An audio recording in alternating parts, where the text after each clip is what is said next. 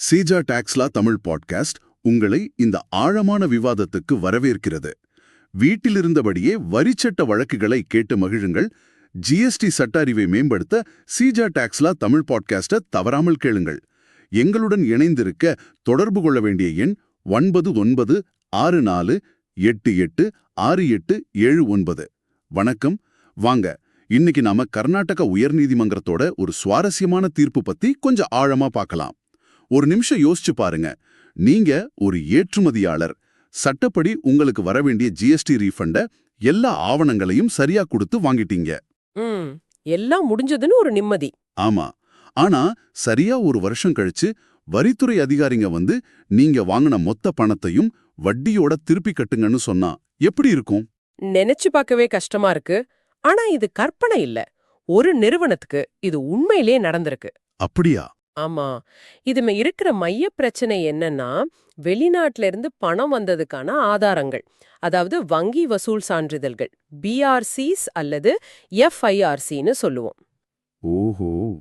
ஒரு தடவை உங்க ரீஃபண்டை ஏத்துக்கிட்டு பணத்தையும் கொடுத்ததுக்கு அப்புறம் இதே ஆவணங்களை நீங்க மறுபடியும் கொடுக்கலேங்கிற ஒரு காரணத்துக்காக மட்டும் கொடுத்த பணத்தை திரும்ப கேட்க முடியுமா? இதுதான் இந்த வழக்கோட அடிப்படை கேள்வி. சரி, அப்போ இந்த வழக்கின் ஆரம்பத்துக்கு போவோம். முதல்ல எப்படி ரீஃபண்ட் கிடைச்சது? ஆரம்பத்துல எல்லாம் சரியா தானே போயிட்டு இருந்துச்சு? ஆமா, ஆரம்பத்துல எந்த பிரச்சனையும் இல்ல. 2020ஆம் வருஷம் அந்த நிறுவனம் 2018-19 நிதியாண்டுக்கு அவங்க செஞ்ச சேவைகள் ஏற்றுமதிக்கான உள்ளீட்டு வரி கடனை, அதாவது ஐடிசியை திரும்ப கேட்டு விண்ணப்பிச்சாங்க. இது சாதாரணமான நடைமுறை தானே? சிஜிஎஸ்டி சட்டத்தின் பிரிவு 54(3) கீழே வர்றது. கரெக்ட். ஒரு வழக்கமான நடைமுறைதான். முதல்ல துறை சில விளக்கங்கள் கேட்டு ஒரு நோட்டீஸ் அனுப்புனாங்க. சரி. அதுக்கு அந்த நிறுவனம் மார்ச் 20, 2020 தேதியிட்ட எஃப்ஐஆர்சி ஆவணத்தோட நகலையும் வச்சு ஒரு விரிவான பதில அனுப்பினாங்க. அந்த பதில்ல அதிகாரிக்கு திருப்தியா? முழு திருப்தி. அத பார்த்துட்டு அதிகாரி ஏப்ரல் 4, 2020 ரீஃபண்ட அனுமதிச்சு உத்தரவிட்டார். பணமும் அவங்களுக்கு கிடைச்சிடுச்சு. ஓகே. அப்போ ஒரு நிதியாண்டுக்கு வெற்றிகரமா ரீஃபண்ட் வாங்கிட்டாங்க. அடுத்த வருஷமும் விண்ணப்பிச்சாங்களா? ஆமா. அதே நம்பிக்கையோட 2019-20 நிதியாண்டுக்காகவும் மே 11, 2020 விண்ணப்பிச்சாங்க. அந்த முறையும் சுலபமா கிடைச்சதா? ஆச்சரியமா அந்த ரீஃபண்டும் ரொம்ப வேகமா மே 18, 2020 அனுமதிக்கப்பட்டது. இந்த 2 ரீஃபண்டும் கிடைச்சதும் அந்த நிறுவனத்தை பொறுத்த வரைக்கும் எல்லாம் சரியா இருக்குன்னு நினைச்சிருப்பாங்க. அப்போ முதல் கட்டத்துல எல்லாம் சுமூகமா முடிஞ்சுது. ஆனா இந்த விஷயம் இவ்ளோ எளிமையா இருந்தா நாம இத பத்தி பேசிட்டு இருக்க மாட்டோம் இல்லையா? நிச்சயமா. இதுக்கப்புறம் என்னதான் ஆச்சு? எங்கிருந்து பிரச்சனை ஆரம்பிச்சது? இங்கதான் கதையில அங்க பெரிய திருப்பம் வருது. கிட்டத்தட்ட ஒரு வருஷம் கழிச்சு 2021. ஒரு வருஷம் கழிச்சா? ஆமா. துறையைச் சேர்ந்த இன்னொரு உயர் அதிகாரி ஏற்கனவே தன்னோட துறை கொடுத்த இந்த 2 ரீஃபண்ட் உத்தரவுகளையும் மறு ஆய்வு செய்யணும்னு முடிவு பண்றார். ஒரு நிமிஷம், நீங்க சொல்றது டிபார்ட்மெண்ட்டுக்குள்ளேயே ஒருத்தர் கொடுத்த ஆர்டரை இன்னொருத்தர் தப்புன்னு சொல்றாரா? ஆமா, கரெக்டா சொன்னீங்க. அதாவது தங்கள் துறையே வழங்கிய உத்தரவுகளுக்கு எதிராக மேல்முறையீடு செய்றாங்க. இது எப்படி சாத்தியம்? இது சாதாரணமா நடக்கிற விஷயமா? இது ரொம்ப அபூர்வம் இல்ல. ஆனா இந்த விஷயத்துல இதுதான் நடந்தது. சட்டப்படி ஒரு உத்தரவு தவறா வழங்கப்பட்டதா துறை நினைச்சா அதை எதிர்த்து அவங்களே மேல்முறையீடு செய்யலாம். ஓஹோ. அதத்தான் இங்க செஞ்சாங்க. இந்த உள்துறை மேல்முறையீட்டு அதிகாரியும் ஏத்துக்கிட்டு ஏப்ரல் 29, 2022 அந்த நிறுவனம் வாங்கின அசல் ரீஃபண்ட் உத்தரவுகளையே ரத்து செஞ்சுட்டார். அடிங்கப்பா. அப்போ அவங்க வாங்கின பணம் செல்லாதுன்னு ஆயிடுச்சு. அதுக்கான காரணம் என்னவா? அதுதான் இதுல ரொம்ப விசித்திரமான விஷயம். காரணம் என்னன்னா, மேல்முறையீட்டு விசாரணையின் போது அந்த நிறுவனம் பிஆர்சி அல்லது எஃப்ஐஆர்சி ஆவணங்களை மீண்டும் சமர்ப்பிக்கவில்லைங்கிறது தான். என்னது? மறுபடியும் சமர்ப்பிக்கலையா? ஏற்கனவே கொடுத்தாங்களே. ஆமா, ஏற்கனவே கொடுத்து அத பார்த்துட்டு தானே அதிகாரி ரீஃபண்ட் கொடுத்தார். ஆனா மேல்முறையீட்லயும் அதே ஆவணங்களை கொடுக்கலேன்னு சொல்லி நிராகரிச்சிட்டாங்க. இது ரொம்ப விசித்திரமா இருக்கு. ஏற்கனவே அவங்க ரெக்கார்ட்ஸ்ல இருக்கிற ஒரு ஆவணத்தை மறுபடியும் ஏன் கேட்கணும்? சரி, இதனால அந்த நிறுவனத்துக்கு என்ன பாதிப்பு? பாதிப்பு மிக மோசமானது. மேல்முறையீட்டு உத்தரவு வந்த உடனே இன்னொரு அதிகாரி வழங்கப்பட்ட முழு ரீஃபண்ட் தொகையான ரூபாய் 22,49,60,792 ரூபாய வட்டி மற்றும் அபராதத்தோட திரும்ப செலுத்த சொல்லி ஒரு நோட்டீஸ் அனுப்புறார். 22 கோடி ரூபாயா? ஆமா. கடைசியா மார்ச் 7, 2023ல இது DRC 07 உத்தரவா மாறுது. இந்த DRC 07 அப்படின்னா என்ன? அதோட முக்கியத்துவம் DRC 07ங்கிறது வரி வசூலுக்கான இறுதி அதிகாரப்பூர்வ ஆணை. அதாவது நீங்க இவ்வளவு பணத்தை அரசுக்கு திரும்ப கட்டியே ஆகணும்னு சொல்ற கடைசி உத்தரவு. இதுக்கப்புறம் அவங்க கடுமையான நடவடிக்கைகள் எடுக்கலாம் இல்லையா? நிச்சயமா அவங்க வங்கி கணக்க முடக்கிறது மாதிரியான நடவடிக்கைகளை எடுக்க முடியும். ஒரு முறையான ரீஃபண்ட் பெற்ற நிலையிலிருந்து இப்போ 22 கோடி ரூபாய்க்கு மேல அரசுக்கு கடன் பட்டிருக்கிற நிலைமைக்கு அந்த நிறுவனம் தள்ளப்பட்டுச்சு. நினைச்சு பார்க்கவே முடியல. அப்போ அவங்களுக்கு இருந்த ஒரே வழி உயர்நீதிமன்றம் தான் அப்படியான?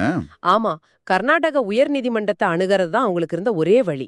நீதிமன்றத்துல அவங்களோட வாதம் என்னவா இருந்துச்சு? அவங்களோட வாதம் ரொம்ப எளிமையானது, நேர்மையானது. நாங்கள் சேவைகளை ஏற்றுமதி செய்தது உண்மை. அதற்கான வெளிநாட்டு பணம் இந்தியாவுக்கு வந்தது உண்மை. அதற்கான FIRC சான்றிதழ்களை ஏற்கனவே அதிகாரியிடம் கொடுத்துட்டோம். அந்த ஆவணங்கள் துறையின் பதிவுகளில் ஏற்கனவே இருக்கு. அப்படி இருக்கும்போது அதே ஆவணங்களை மேல்முறையீட்டில் மீண்டும் சமர்ப்பிக்கவில்லைங்கிற ஒரே காரணத்துக்காக எங்கள் உரிமையை மறுப்பது அநீதி. இதுதான் அவங்களோட வாதம். ரொம்ப நியாயமான வாதமா தெரியுது. இதுக்கு நீதிமன்றத்தோட பார்வை என்னவா இருந்துச்சு? நீதிமன்றம் இந்த வழக்கின் ஆணிவேரையே பிடிச்சது. அவங்க கேட்டது 2 கேள்விதான். 1, ஏற்றுமதி உண்மையிலேயே நடந்ததா? 2, அதுக்கான பணம் இந்தியாவுக்கு வந்ததா? 2க்குமே பதில் ஆம் தானே? ஆமா, 2க்குமே பதில் ஆம் என்பதுதான்.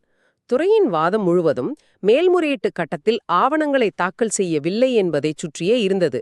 ஆனா நீதிமன்றம் அதை தாண்டி பார்த்தது. அப்போ நீதிமன்றத்தோட தீர்ப்பு என்ன? அதோட சாராம்சம் என்ன? தேவையான ஆவணங்களை சமர்ப்பிக்காத ஒரு நடைமுறை பிழைக்காக ஒருவரின் உண்மையான உரிமையை மறுக்க முடியாது. இதுதான் கர்நாடக உயர்நீதிமன்றத்தின் தீர்ப்பின் இதயம்.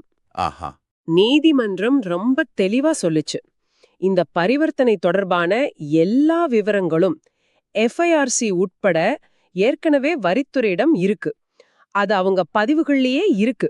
அப்படி இருக்கும்போது அதை மீண்டும் சமர்ப்பிக்க சொல்வதும், சமர்ப்பிக்கவில்லை என்பதற்காக ரீஃபண்ட ரத்து செய்வதும் சட்டப்படி ஏற்றுக்கொள்ள முடியாதது. அப்படியானால் இது அந்த நிறுவனத்துக்கு ஒரு முழுமையான வெற்றியா? முழுமையான 100% வெற்றி. உயர்நீதிமன்றம் அந்த நிறுவனத்துக்கு எதிரான எல்லா உத்தரவுகளையும் தள்ளுபடி செஞ்சது. எல்லா உத்தரவுகளையுமா? ஆமா, அந்த மேல்முறையீட்டு அதிகாரியின் நிராகரிப்பு உத்தரவு, 22 கோடி ரூபாய் கேட்டு அனுப்பின நோட்டீஸ், அந்த DRC 07 வசூல் உத்தரவு, இது சம்பந்தமான எல்லா நடவடிக்கைகளையும் ரத்து செஞ்சாங்க. ரொம்ப நல்ல விஷயம். பணத்தை திரும்ப கட்ட தேவையில்லை. ஆனா அவங்களுக்கு கிடைக்க வேண்டிய ரீஃபண்ட் 2 மாதங்களுக்குள் அந்த நிறுவனத்துக்கு வழங்க வேண்டும் அப்படின்னு உத்தரவிட்டது. இதுதான் உண்மையான நீதி. நிச்சயமா இது உண்மையிலேயே ஏற்றுமதியாளர்களுக்கு ஒரு பெரிய நிம்மதியை கொடுக்கிற தீர்ப்பு. இந்த வழக்குல இருந்து நாம கத்துக்க வேண்டிய பாடங்கள் என்ன? இதுல இருந்து நம்ம கத்துக்க வேண்டியது நிறைய இருக்கு. முதல் பாடம் என்னன்னா, சட்டம் சாராம்சத்தை தான் பார்க்குமே தவிர சின்ன சின்ன நடைமுறை பிழைகளை பிடித்துக்கொண்டு தொங்காது. ஏற்றுமதி உண்மையாக நடந்திருந்தால் ரீஃபண்ட் என்பது சலுகை இல்ல, அது அவர்களின் உரிமை. அப்போ வரித்துறையின் செயல்பாடுகள் பத்தி இந்த தீர்ப்பு என்ன சொல்லுது? இது வரித்துறைக்கு ஒரு முக்கியமான செய்தியை சொல்லுது. உங்கள் துறையின் வெவ்வேறு பிரிவுகள் தனித்தனி தீவுகளாக செயல்பட முடியாது. அதாவது ஒரு அதிகாரியின் கணினியில் இருக்கும் ஒரு தகவல் முழு துறைக்கும் தெரிந்த தகவலாகத்தான் கருதப்பட வேண்டும். ஒரு கிளிக்கில் பார்க்கக்கூடிய தகவலுக்காக ஒரு வரி செலுத்துபவரை நீதிமன்றம் வரை இழுத்தடிப்பது சரியல்ல என்ற கொள்கையை இந்த தீர்ப்பு ரொம்ப வலுப்படுத்துது. இது உங்களை சிந்திக்க வைக்குது இல்லையா? இன்னைக்கு டிஜிட்டல் உலகத்துல எல்லா தகவலும் அரசாங்கத்தோட வெவ்வேறு தளங்கள்ல ஏற்கனவே இருக்கு. ஆமா, அப்படி இருக்கும்போது ஒரு வணிகத்தின் மீது சுமத்தப்படும் இந்த இணைக்கச் சுமை, அதாவது கம்ப்ளைன்ஸ் பர்டன், எந்த அளவுக்கு தேவையானது? ஒரு பரிவர்த்தனையை சரிபார்க்க அவங்க கிட்டயே இருக்கிற டேட்டாவை பயன்படுத்தாம வணிகங்களை இப்படி மீண்டும் மீண்டும் அலைக்கழிப்பதற்கு பதிலாக இதை சரி செய்ய ஒரு சிறந்த வழி இருக்காதா? இது நாம எல்லாரும் யோசிக்க வேண்டிய ஒரு கேள்வி. இது சீஜா டாக்ஸ்லா தமிழ் பாட்காஸ்ட், உங்கள் GST legal learning partner. GST சட்டம் பேசும் உங்கள் தோழன். எங்களுடன் இணைந்திருக்க தொடர்பு கொள்ள வேண்டிய எண் 9964886879.